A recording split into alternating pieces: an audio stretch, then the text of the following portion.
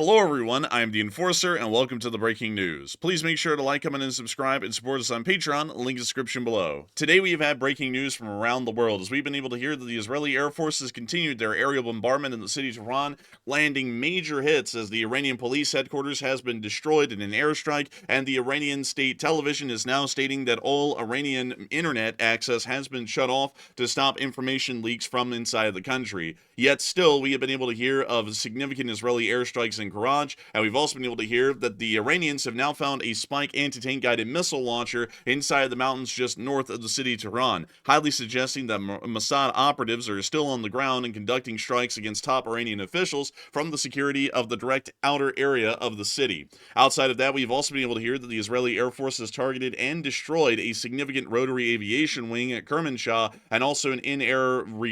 fuel tanker in the area of Mashhad, to the farthest northeastern area of the country. Meanwhile, while all of this has been going on, we have also been able to hear that the Israeli armed forces are stating that they have a plan to take out the Fordo uranium enrichment plant with or without U.S. involvement at this point. We have also been able to hear that the Islamic Republic of Iran's government aircraft are now taking off and flying towards the area of Oman in an unknown maneuver without any real idea of what they're actually planning on doing with this action. Outside of that, inside the Persian Gulf, the Iranians are now such a danger that multiple international companies and international organizations are stating that merchant ships should entirely avoid Iranian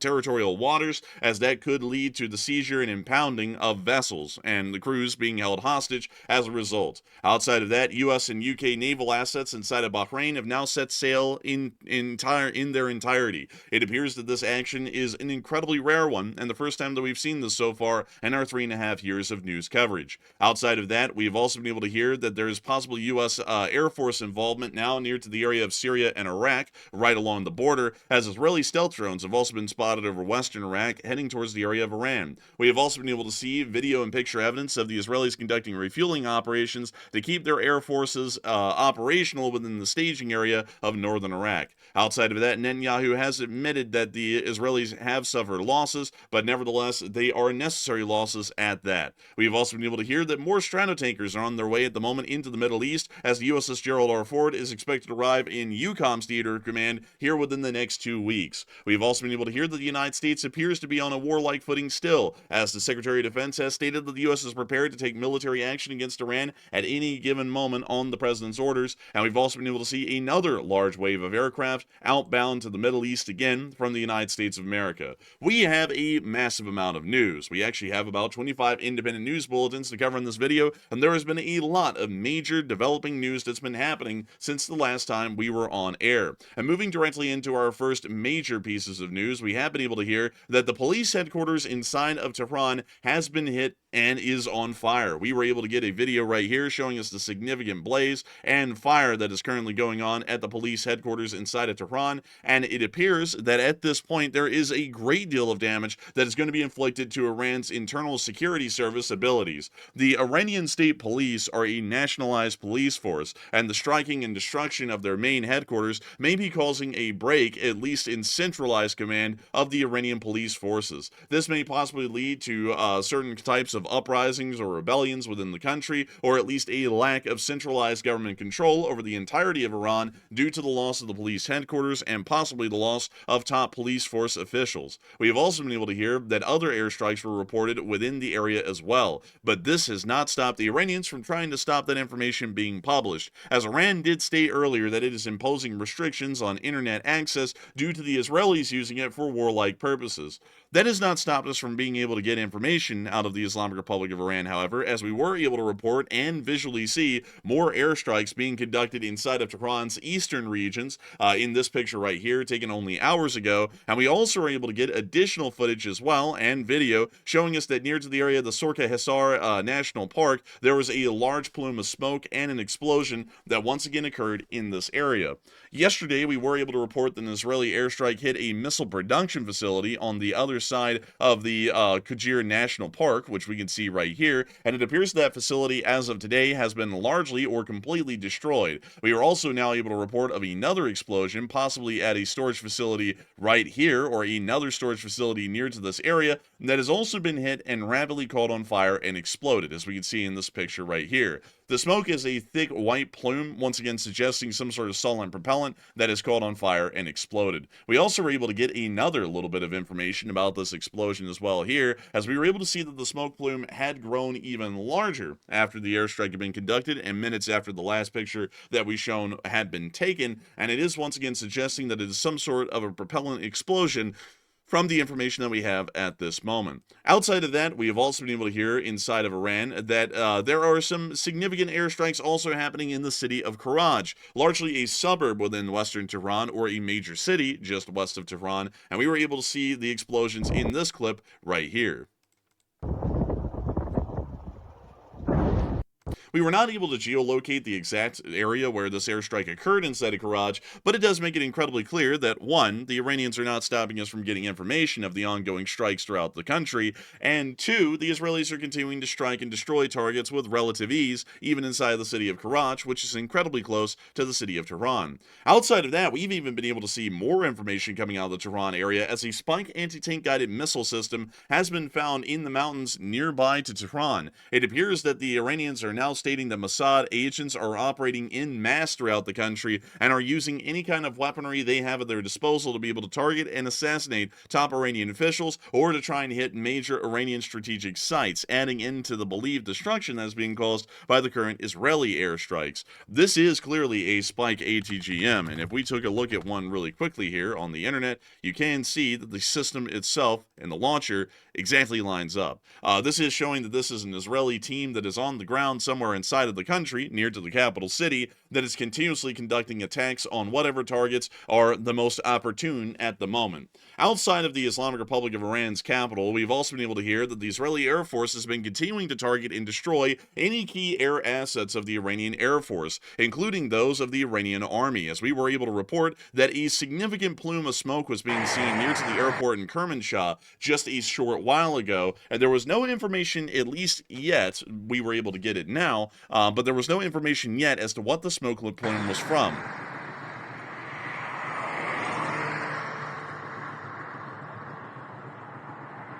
According to the information that we were able to get that was later published by the Israeli Defense Forces themselves, it actually appears that they were able to strike and destroy an Iranian rotary wing of the Iranian army that was at Kermanshah, and destroy a large amount of the Cobra attack helicopters that were in service with this unit, which we could see in this clip right here. The destruction of these helicopters is somewhat significant. If the United States was ever to get involved in ground operations, these helicopters could be used to try and support conventional Iranian ground force actions against the United States of America or any other forces of the Israelis. We do also understand that this is exactly lining up with Kermanshah, as there is a very specialized form of tarmac or storage facility that they have for their helicopters, which we can see right here. They appear to be large sea mines, almost in shape, with these large probes or prongs sticking out from a large circular radius that makes up the significant portion of the storage area of their tarmacs. When this camera zoomed out, we actually could see this very same sort of storage layout, and not only that, we can actually see here as they zoom out the specific spot where that Cobra had been hit. When it zooms out right here, we can actually see that there is about 3 deep of these mine-looking storage facilities, and that means that it's most likely, at least from what we can tell right here,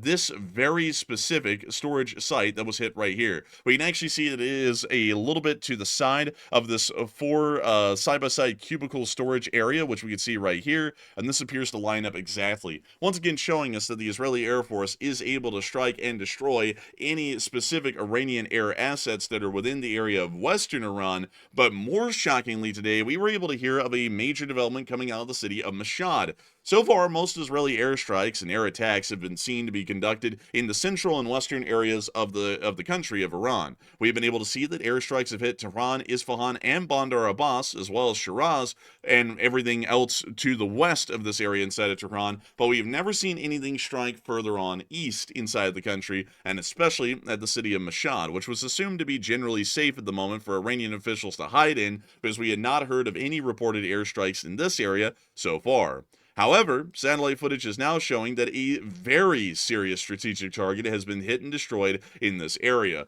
One of the few Iranian aerial tankers, a Boeing 707, generally a KC-135, has been destroyed at the Mashhad airport, and we can actually see here on the different satellite pictures taken on the 15th of June and the 17th of June that KC-135 or Boeing 707 aerial tanker has now been completely destroyed and burned to the ground on the tarmac of the Mashhad airport. We can actually line that up exactly with a specific area of the airport, as we were able to see some sort of a shed, at least within this area here, and it appears to be lining up with this specific area of the airfield. This is showing us that the Israelis do have the ability to reach out and strike even as far out as the Mashhad International Airport inside of northeastern Tehran, which is once again showing us that the entirety of the nation is under a significant aerial threat by the state of Israel, and the Israelis can strike wherever they choose and destroy whatever targets they believe are the most strategic at this time. We've also been able to hear, speaking of which, that the Islamic Republic of Iran has been able to continue to fire off some of their rockets towards the state of Israel in the meantime. And we have been able to hear of continuous rocket attacks,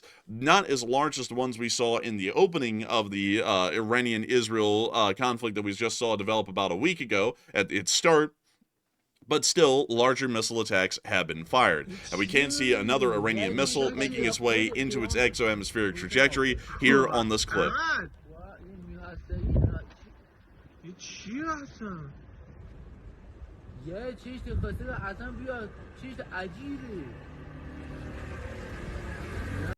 It appears that, according to unconfirmed reports, one of these missiles may have actually been a Kermanshah missile that was fired, or a Kermanshah 4 medium-range ballistic missile. These have been in service since 2023, and if confirmed, it would be the first time that they have been used in any kind of a conflict so far. It does appear that the Iranians have been, and for the large part, pulling out the fine China. We've been able to hear reports of Fata 1s and 2s being launched, and now the Kermanshah 4 medium-range ballistic missiles also being fired. None of these missiles have ever been fired in prior Iranian missile attacks against the state of Israel preceding the last weeks of heavy combat activity that we're seeing at the moment, and it does appear that the Iranians may be getting desperate and attempting to fire off any missile that may give them a slightly upper hand advantage in the ongoing aerial exchanges that are occurring between the Israelis and the Iranians. Outside of that, we have also been able to hear, speaking of ongoing air developments, that Iranian government jets have taken off, and we were able to confirm on Flight Radar 24 that an Iranian Air Force A340 and, well, an Iranian governmental A340 operated by Mirage Airlines,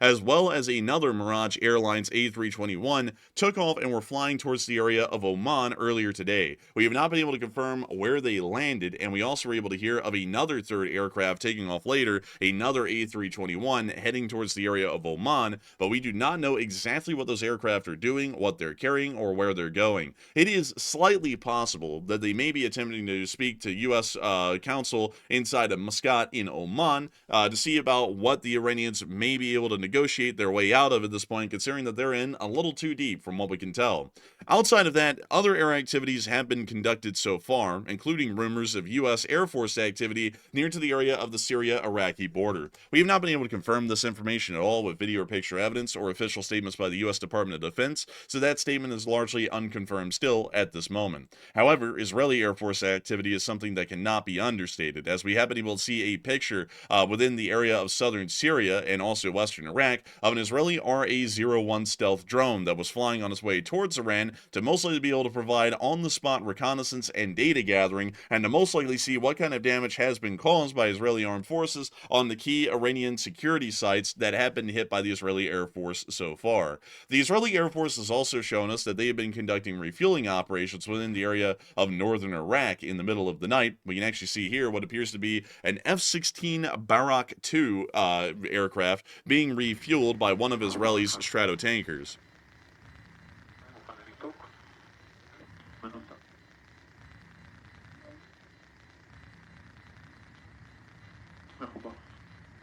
We can now see what appears to be a Baz aircraft, which is the Israeli version of an F-15, now also being refueled, along with an F-35I Adir. What is interesting about this clip is that there is no such need for these aircraft, especially with the extended fuel tanks that they already have on board, to need any kind of in-air refueling. What this is giving us an idea of is that the matter of fact that these aircraft have been loitering in northern Iraq for so long on some of these air operations that even the extended fuel tanks are not able to give them enough amount of time loitering in northern Iraq to be able to successfully conduct their activities. And for this reason, the Israelis are now pulling forward stratotankers to be able to refuel their aircraft and keep them flying. These aircraft have about a 1,500-mile range, and taking off from the Nevatim Air Base and flying towards northern Iraq means that they've only expended 630 miles of their 1,500-mile range. Also considering that they will have to take the trip back to Israel, which is another 630 miles, that means they have about 350 to 400 miles worth of loiter time in their fuel tanks, including the extended fuel tanks, which are giving them a much more significant range, possibly 700 to 800 miles of loiter time over northern Iraq. And still, they are on station for so long that they are requiring in-air refueling. This is giving us an idea that Israel's air tempo is being kept up because pilots are being put on incredibly long-duration missions. This is also giving us an idea, at least over the past 7 days, that since the Israeli Air Force has been able to keep up this sort of duration and tempo of combat activities for 7 days straight, that they have a large availability of reserve pilots that are able to take over for these pilots once they land on the ground and are able to refuel and rearm these aircraft and then send them back up into the skies to head back out to northern Iraq. Once again showing us that the Israeli Air Force, unlike the Iranian ballistic missile forces, is largely operating like a well-oiled sewing machine, while the Iranian ballistic missile forces appear to be having a very splotchy record at the moment and appear to not be able to deliver on the Iranian government's promise of complete and total destruction for the state of Israel. And while complete and total destruction is being mentioned from time to time by the Iranian government, and they have not been able to achieve that so far, Netanyahu, the Prime Minister of Israel, has stated that they have suffered painful losses, but the Israeli home front is strong. And unfortunately, more soldiers have fallen in Gaza in the fight against Hamas, which is still ongoing at this moment, mind you all, while the Israelis are also engaging in fighting the Iranians as well. It does appear quite clear at the moment that the Israelis are not straying away from the fact that there are losses and hits that the Iranians have been able to score throughout the state of Israel. On the other hand, the same cannot be said for the Islamic Republic of Iran, who is openly stating that they have taken practically no losses and the Iranians are no worse for wear at the beginning of this engagement than they were right now. So it does appear that the Iranians are continuing to try and deceive the public, but anyone with eyes and anyone with an open source intelligence news gathering source like the Enforcer channel would be able to easily tell you that the Iranians have been taking an incredibly large amount of damage, while the Israelis have been taking some damage, but mostly targeted against civilian sites. Outside of that, naval developments are still ongoing at this moment, as we have been able to hear that the USS Gerald R. Ford is to arrive within the European Command's theater here incredibly soon. We've also been able to hear that it will apparently be deployed somewhere in the Eastern Mediterranean, still under EUCOM's theater of command, but close enough that it will be able to engage and destroy any incoming air threats that are fired from CENTCOM's area of responsibility, including those fired by the Islamic Republic of Iran. Considering that the USS Gerald R. Ford strike group does house several Arleigh Burke-class destroyers and a Ticonderoga-class missile cruiser, it is definitely possible that the United States Carrier Strike Group Gerald R. Ford may be able to intercept and shoot down a volume of incoming Iranian ballistic missiles without the Israeli Air Force even seeing these missiles getting close enough to their airspace to even attempt an interception. That is an incredibly high likelihood at this point, as U.S. naval assets continue to be moved into the Eastern Mediterranean to try and give as much interceptor fire as possible. A single Ticonderoga or Arleigh Burke class destroyer or cruiser can carry around 170 air interceptors on a single ship, meaning that the Iranians would have to exhaust a large amount of missiles just to wear out a single U.S. destroyer or cruiser of its in-air interceptors, meaning that the Iranians will have a very hard obstacle to get past to even get back into Israeli airspace again here in the near future. And that is also now weighing in the fact that U.S. naval assets and British naval assets are now making their way into the Gulf of Persia, as U.S. and U.K. forces have now pulled all of their warships out of Bahrain, and it appears that those are all now underway somewhere within the Persian Gulf. Exact locations have not been issued, as that could generally be an operational security threat or a major security concern, but we do understand that all warships have now set sail from Bahrain and are somewhere inside of the Persian Gulf, most likely at a heightened state of readiness in case the Islamic Republic of Iran was to attempt a surprise attack and fire at these vessels as they transited the Persian Gulf, most likely out into the Gulf of Oman or the Arabian Sea to escape a possible entrapment by the Islamic Republic of Iran if they were to mine the Strait of Hormuz at any given moment. We have also been able to hear that the situation is becoming so strenuous that Reuters is reporting that shipping sources say commercial ships are being advised to avoid Iran's waters and around the Strait of Hormuz. It appears that the international world, or the international forces at play, are greatly concerned about the fact that the Islamic Republic of Iran may seize these vessels and hold them hostage if they get anywhere close to Iranian territorial waters. This has been the case in prior instances of heightened escalation or tensions with the Islamic Republic of Iran, and the Iranian Navy is commonly known to sail forward, force ships to divert into Iranian territorial waters, and then since those vessels are in Iranian territorial waters, stop them, seize the vessels, and also take the crews hostage as further leverage. Most vessels will most likely be venturing at this point on the very southern end of the Strait of Hormuz through Omani and UAE territorial waters, and also along the international waters corridor that also passes through this area in the Strait of Hormuz. That appears to be a definite certainty at this point, because absolutely nobody in their right minds would get close to Iranian territorial waters at this point, with the record that the Iranian Navy has for seizing vessels and holding the crews hostage.